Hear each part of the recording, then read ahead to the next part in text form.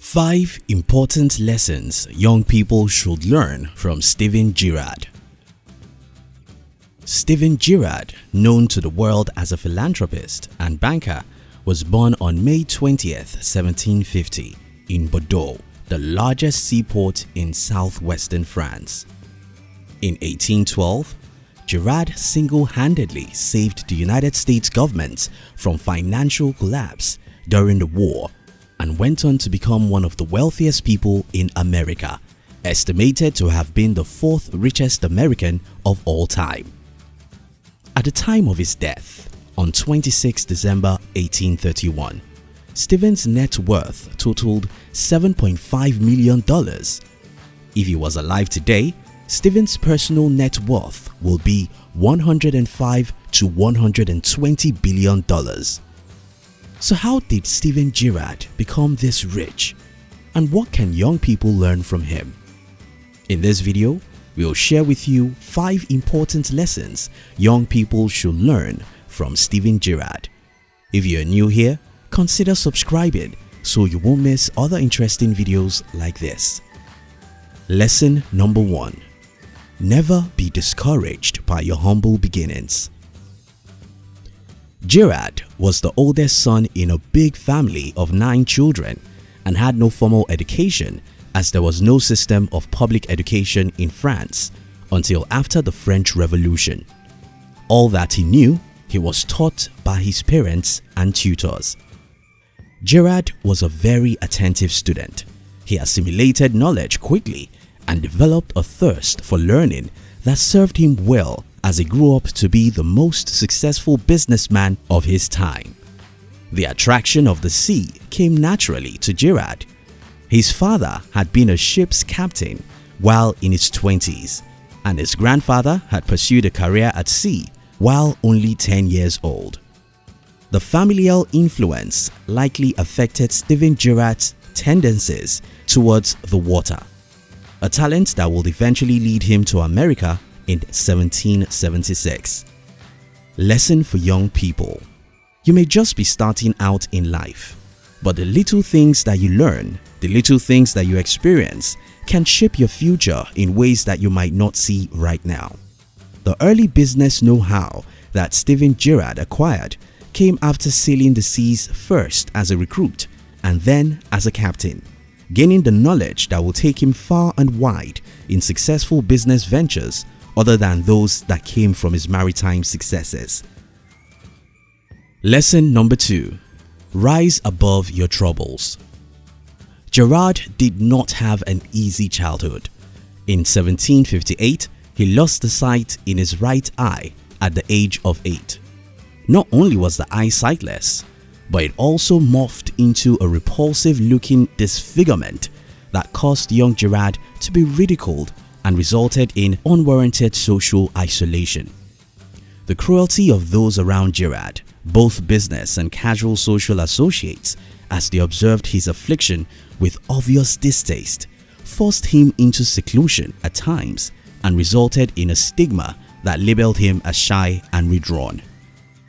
To compound the situation, Annie Girard, Stephen's mother, died at the age of 36. The continued pregnancies and the labor of childbearing contributed to her death in April 1762. The death of his mother had a very great impact on Girard, and it became the final act that helped send him to sea early in 1764. He set sail from the seaport Bordeaux on the brig Pèlerin as a piloting and apprentice officer. Lesson for the young people.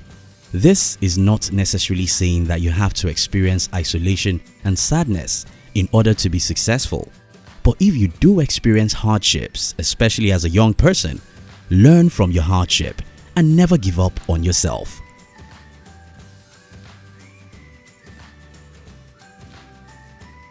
Lesson number 3. Work hard. In order to learn as a piloting, many ship maneuvering nuances, normally handled only by the captain of the vessel, was done by the apprentice officer. Girard's instant responses to the demands of ocean travel quickly became obvious. As a result, Girald was given greater freedom and responsibilities in his role as piloting.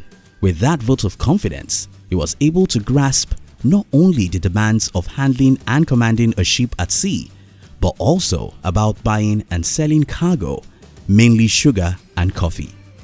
And despite the demanding schedule on board the ship, Girald studied extensively, broadening his knowledge and developing a self-confidence that would enable him to command his own ship at an early age. Girald first became a captain of a brigantine named Sally in 1773, working for the French government. At 23 years of age, Girald was a small man of 5 feet 6 inches in height, but he possessed a strict work ethic as the captain. His strong voice had an authoritative ring to it that demanded the attention of his crew at sea, and he allowed no nonsense on board his ship. Lesson for young people: in many a success story, there will always be the imprint of hard work. Without hard work, opportunities will not come your way. If you are recognized for your hard work, it will connect you to potential investors and partners that will push you to success, as seen in Girald's case, where his reputation and skill as a sea captain eventually led him to other lucrative voyages and business deals that brought him great profit.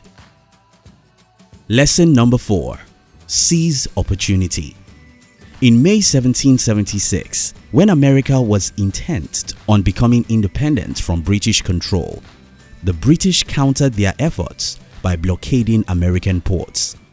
At this time, Girald was involved in the coastal trade, but he was forced into Delaware by the British blockade, which took him off his intended course to New York and brought his ship to Philadelphia, where he decided to sell it. If you think this diversion would have put a dent in his business plans, think again.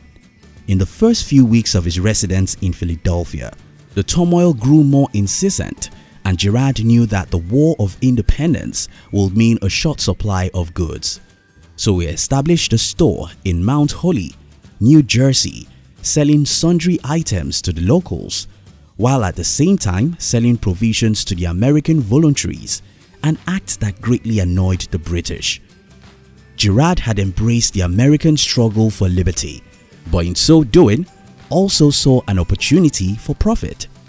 He continued his business dealings in Mount Holly as the war continued to rage around him, and this was where meteoric rise to riches truly began. Lesson for the young people: experiencing diversions in your plans isn't always a bad thing.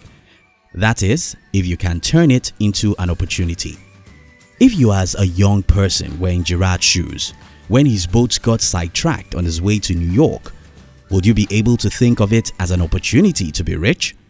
Maybe or maybe not. But the point is, no matter where you find yourself, there is always an opportunity for success to be had. You only need to seize it. Lesson number 5: let your actions speak for you. When a yellow fever epidemic hit Philadelphia in 1793, thousands of American citizens fled the city, including the most prominent of them, President George Washington. But Girald, who could have taken refuge at any safe haven of his choosing, decided to stay behind to care for the sick and the dying. He further supervised the work of other volunteers in transforming Bush Hill, a mansion just outside the city of limits, into a hospital. And it was through his tireless efforts that those stricken with the disease were able to gain a fair chance of survival. In late October of that year, with the onset of cold weather, the terrible disease and the death toll associated with it began to decline, and Girald was recognized as a hero.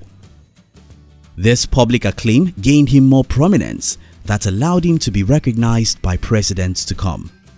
This position will further escalate his wealth in years to come. Lesson for the young people: have you ever done an act out of sheer kindness only to be rewarded handsomely for it? It must have felt good, I'll bet. What I'm saying isn't that you should do good deeds for the sake of being rewarded, but do good deeds for the sake of helping people. Fearlessly, audaciously, and defiantly, unselfishly serving others, he had looked death in the eye, wrote George Wilson in Stephen Girard's The Life and Times of America's First Tycoon, a biography detailing Girard's life. In conclusion, if you are a young person and you want to be successful and wealthy in life, never disregard your starting point. Don't think those little things that you are taught at home, in school, and by mentors will not make a difference in your life, because they will. If you experience devastation or loss, do not wallow in despair. Instead, let it stimulate you to move forward as it did for Girard. Do not shy away from hard work. It will pave the way to greater success. Look to the life of Girard, who even in his adult life was often seen in all areas of the workplace, never shying away from even physically demanding tasks. And as he said, "My deeds must be my life. When I am dead, my actions must speak for me." Diversions will potentially happen in your quest for success, but it is up to you to seize the opportunities that they offer. And lastly, be generous and kind. Your good deeds will open roads to riches in ways you may not expect. The saying, "What goes around comes around," applies here.